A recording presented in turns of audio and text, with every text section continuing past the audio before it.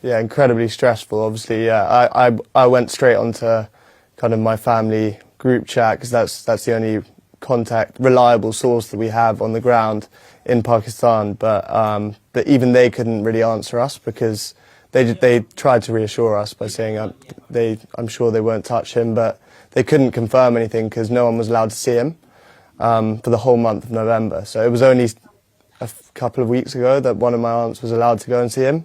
And then since then, it's been this almost official isolation that's been announced.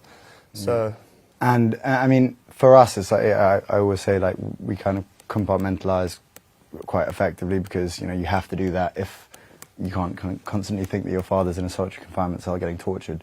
But I remember it's just you go on Twitter and suddenly you see just Imran Khan dead, his body being transferred to this. It's like it's obviously very jarring and it obviously pulls you out of whatever you're trying to do in your normal life, especially how helpless we are over here, not able to do much at all. So it's not ideal.